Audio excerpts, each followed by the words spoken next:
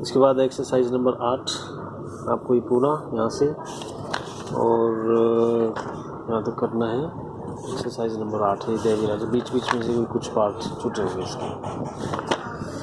Divine Kings, राजाओं के लिए समाज में ऊंची स्थिति प्राप्त करने का एक तरीका था कि अपने आप को देवी देवताओं से जोड़ लेते थे। कोई भी देवी देवता है, कोई भी मंदिर बनवाते थे, शिव है, विष्णु है, और उनको अपने साथ जोड़ लेते थे, उनके भक्त बन जाते थे, जनता उनके साथ जुड़ जाती थी। मध्य एशिया से लेकर पश्चिम भारत पर शासन करने वाले थे कुषाण शासक। इन्होंने भारत के वेस्टर्न नॉर्थ वेस्ट पार्ट पर शासन किया था 1st सेंचुरी ईस्वी से और 1st सेंचुरी सी तक। कुषाण साहित्य इतिहास के बारे में हमें पता चलता है। अभिलेख साहित्य जो पत्रों पर खुदे अभिलेख हैं, लिटरेचर्स है, उनसे हमें पता चलता है।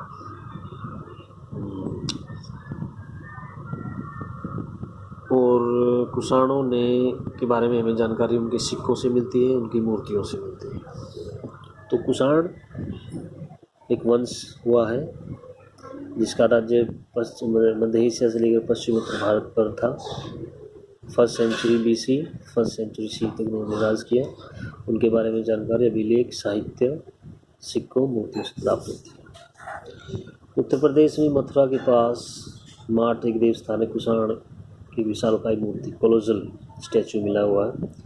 इसी तरह से अफगानिस्तान के भी एक स्थान पर मूर्तियाँ मिली गई। तो इतिहासकारों का यह मानना है कि कुषाण शासकों ने लगवाई थी मूर्तियाँ और अपने आप को देवताओं के समान दिखाना चाहते थे। उन्होंने अपने नाम के आगे देवपुत्र की उपाधि भी टाइटल लगाया था। चीनी शासकों से प्रेरित रहे होंगे।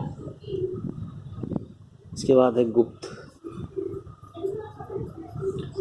4वीं शताब्दी में गुप्त साम्राज्य बड़े बड़े एविडेंसेस हमें मिलते हैं। गुप्त जो साम्राज्य थे वो सामंतों पर डिपेंड थे और स्थानीय संसाधनों के द्वारा निर्वाह करते थे। ज़मीन पर उनका नियंत्रण होता था, अपने राजाओं का आदर करते थे, उनको सैनिक सहायता प्रदान करते थे।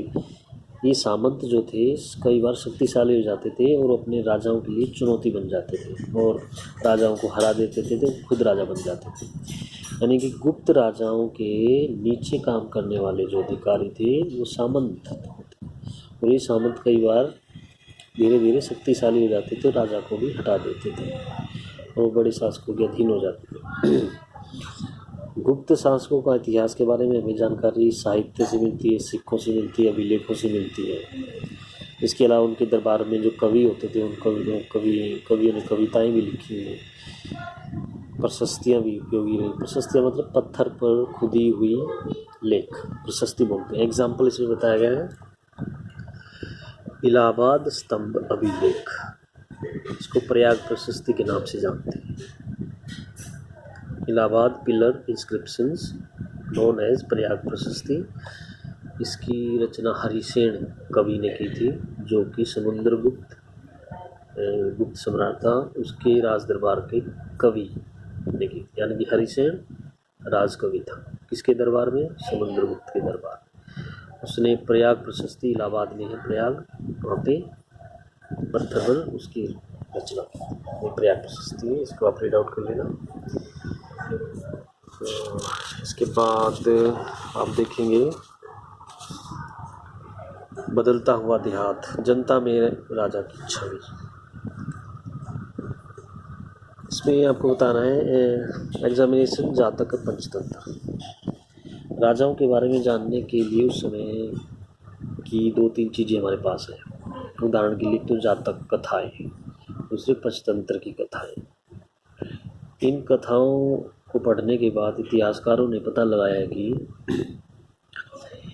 ये पहले मौखिक किस्से कहानियाँ थी, बाद में इनको लिखा गया था। जातक कथाएं पहली सहस्त्राब्दी यानी कि 1000 1st सेंचुरी से 1000 के बीच में पाली भाषा में लिखी गई। इसमें आपने एग्जाम्पल देना है गणतिन्दु जातक कथा का। गणतिन्दु जातक कथा में बताया गया है कि एक राजा था कुटिल राजा था, उसकी प्रजा उससे दुखी रहती थी। इसमें किसान, महिलाएं, पशुपालक, ग्रामीण बालक, जानवर शामिल हैं। राजा अपनी पहचान बदलकर जनता के बीच जाता था कि लोग क्या सोचते हैं उसके बारे में। जब उसको पता चला कि लोग उसके बारे में भला बुरा सोचते हैं, अच्छा नहीं मानते, क्योंकि दिन में तो डाकू उनको हमला कर देते हैं, रात में डाकू हमला कर देते हैं और दिन में राज्य के अधिकारी टैक्स कलेक्ट करने के लिए आ जाते हैं।